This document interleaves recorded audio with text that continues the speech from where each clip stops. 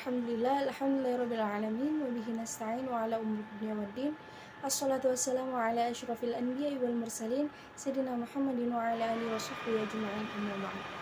Ismi Anggun Novianti, ana min qism ta'lim lughah al-arabiyyah faslul khamsah alif. Baik, saya dari kelompok 4 yang ada 3 orang, yaitu saya sendiri Anggun Novianti, Rusdia, yang ketiga ada Nur Anisha Yusnani. Baik, di sini saya akan menjelaskan terkait hakikat perencanaan pembelajaran. Yang pertama, saya akan membahas sedikit tentang pengertian hakikat. Hakikat merupakan kata benda yang berasal dari bahasa Arab, biasa dikenal juga seperti al-haq. Tapi di dalam bahasa pokok yang ada di Indonesia itu berarti hak, yang berarti kepunyaan atau hak milik. Sedangkan pengertian perencanaan ini berasal dari kata rencana yang mendapatkan awalan pe dan akhiran an, dan berarti suatu proyeksi aktivitas yang akan dilakukan. Dan tidak asing lagi perencanaan ini juga di bahasa Inggris, yaitu seperti planning administrasi, planning kurikulum. Itu semuanya diartikan sebagai perencanaan. Jadi dapat disimpulkan bahwa hakikat perencanaan pembelajaran bahasa Arab adalah proses pengambilan keputusan hasil berpikir secara rasional tentang sasaran dan tujuan pembelajaran bahasa Arab sebagai upaya pencapaian tujuan dengan memanfaatkan segala potensi dan sumber belajar. Sebagai suatu proses kerjasama, maka guru dan siswa secara bersama-sama berusaha mencapai tujuan pembelajaran yang telah ditentukan. Terus yang kedua, saya akan membahas tentang pentingnya perencanaan pembelajaran bagi pendidik. Ada 3 pentingnya perencanaan pembelajaran bagi pendidik. Yang pertama, dapat menjadi pedoman bagi pendidik dalam mengajar. Jadi kalau pendidik itu ada namanya standar kompetensi dan standar standar kompetensi. Jadi itu sebagai, atau kurikulum, itu sebagai acuan untuk pendidik menyampaikan materi apa yang ada di kurikulum untuk peserta didik, serta waktu yang dibutuhkan, metode yang akan diterapkan, dan target yang akan dicapai. Yang kedua, lebih dapat memberi rasa nyaman bagi peserta didik. Nah, ini yang penting, karena kalau pendidik tidak memberi rasa nyaman kepada peserta didik, maka susah bagi peserta didik untuk memahami materi apa yang akan disampaikan, karena proses pembelajaran yang diikutinya terasa lebih sistematis. Yang ketiga, dapat dimanfaatkan sebagai alat kontrol bagi lembaga terhadap proses pembelajaran yang berlangsung, termasuk dalam hal pencapaian target kurikulum.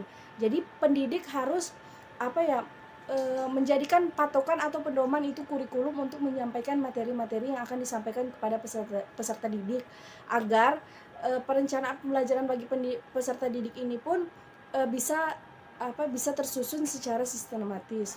Syukran katsiran ala ihtimamikum wa khairan. Assalamualaikum warahmatullahi wabarakatuh.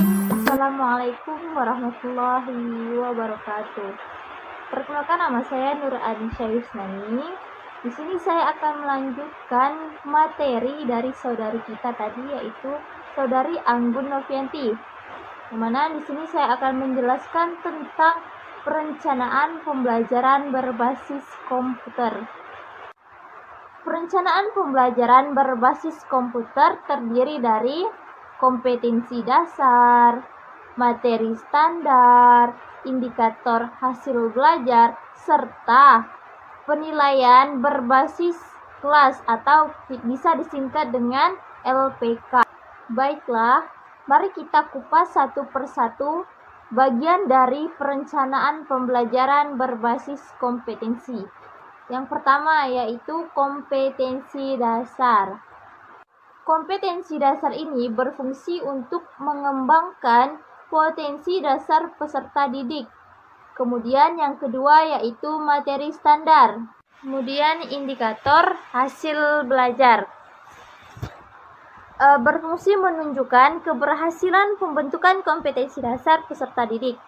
Yang keempat yaitu penilaian berbasis kelas atau bisa kita singkat dengan PBK, yaitu berfungsi mengukur pembentukan kompetensi dan menentukan tindakan yang harus dilakukan apabila kompetensi dasar belum terbentuk atau belum tercapai.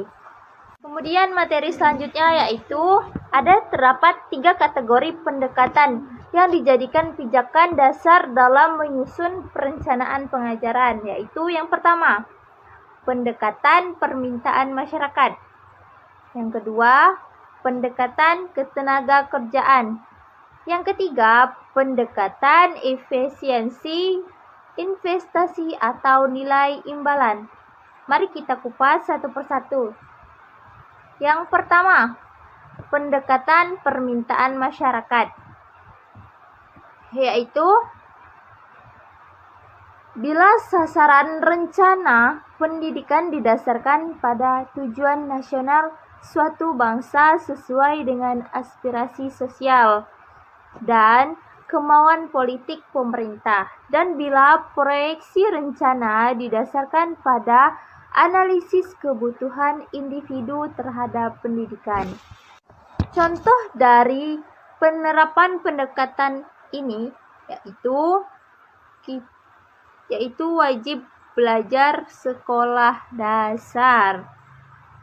Kemudian pendekatan yang kedua yaitu pendekatan ketenaga kerjaan, yaitu merupakan pendekatan yang menekankan pada relevansi program pendidikan dengan sektor pembangunan guna menghasilkan lulusan yang siap kerja. Contohnya yaitu contoh penerapannya yaitu dalam pendidikan adalah diterapkannya pendidikan sistem ganda melalui kebijakan link and match. Dan yang ketiga atau pendekatan yang ketiga ini yaitu pendekatan efisiensi investasi atau nilai imbalan, yang mana merupakan pendekatan yang digunakan untuk memungkinkan mengadakan perbandingan secara ekonomis antara investasi yang diberikan pada sistem pendidikan dengan investasi yang diberikan kepada sektor ekonomi lainnya. Contoh penerapan pendekatan ini adalah seperti contohnya pembukaan sekolah-sekolah magister manajemen, magister bisnis administrasi, dan kursus-kursus. Mungkin hanya itu yang dapat saya sampaikan, kurang lebih saya mohon maaf. Kita lanjutkan pemateri berikutnya yaitu Saudari Rusdiah. Bismillahirrahmanirrahim. Baiklah, saya Rusdiah dengan NIM 1181 2013. Saya akan melanjutkan pembahasan dari kedua teman saya yang tadi. Baik, pada sesi ketiga ini saya akan melanjutkan pembahasan mengenai hal-hal yang perlu kita perhatikan dalam pembuatan perencanaan pengajaran. Dalam membuat perencanaan pengajaran, menurut Syaudih dan Ibrahim dalam bukunya, menjelaskan ada 4 hal yang perlu kita perhatikan dalam pembuatan perencanaan pengajaran. Baik, 4 hal yang tersebut ialah yang pertama, kurikulum. Kenapa kurikulum? Karena kurikulum menempati hal yang sangat penting dalam pembuatan perencanaan pengajaran.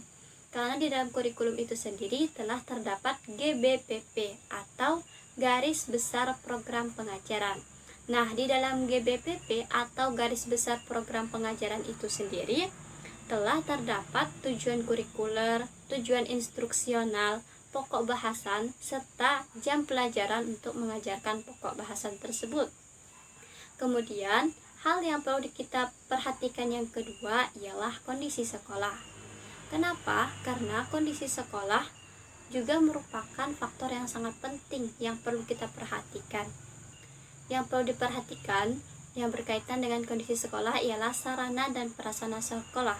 Apakah itu dapat membantu meningkatkan kualitas belajar siswa atau tidak. Selain itu, alat bantu pengajaran juga diperlukan, sehingga dapat mendukung terlaksananya berbagai aktivitas belajar yang efektif. Kemudian, hal yang perlu kita perhatikan yang ketiga adalah kemampuan dan perkembangan siswa. Nah, untuk aspek pengetahuan dan perkembangan siswa ini juga berhubungan dengan seorang guru. Karena seorang guru itu memerlukan media atau metode yang tepat untuk memberikan pengajaran kepada siswa yang bervariasi, sehingga siswa tersebut dapat memahami hal-hal atau materi-materi yang disampaikan oleh pengajar atau guru di dalam kelas tersebut. Kemudian faktor yang keempat yang perlu kita perhatikan ialah keadaan guru itu sendiri. Nah, sebagai seorang guru atau calon guru, tentunya ada hal-hal atau kemampuan-kemampuan yang perlu kita kembangkan yang berkaitan dengan pelaksanaan pendidikan atau pelaksanaan pengajaran, sehingga guru dapat dengan mudah menyampaikan hal-hal atau materi sehingga dapat membuat paham siswanya tersebut.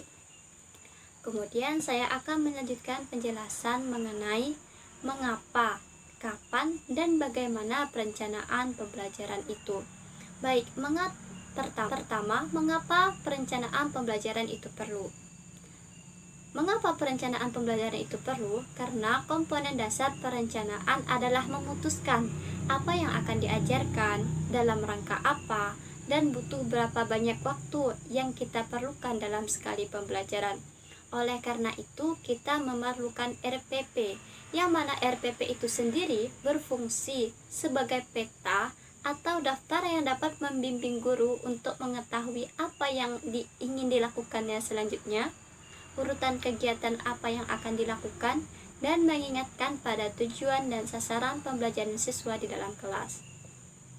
Kemudian yang selanjutnya saya akan membahas tentang kapan dan bagaimana perencanaan pembelajaran itu dilakukan. Kapan? Nah, kapan perencanaan pembelajaran itu dilakukan?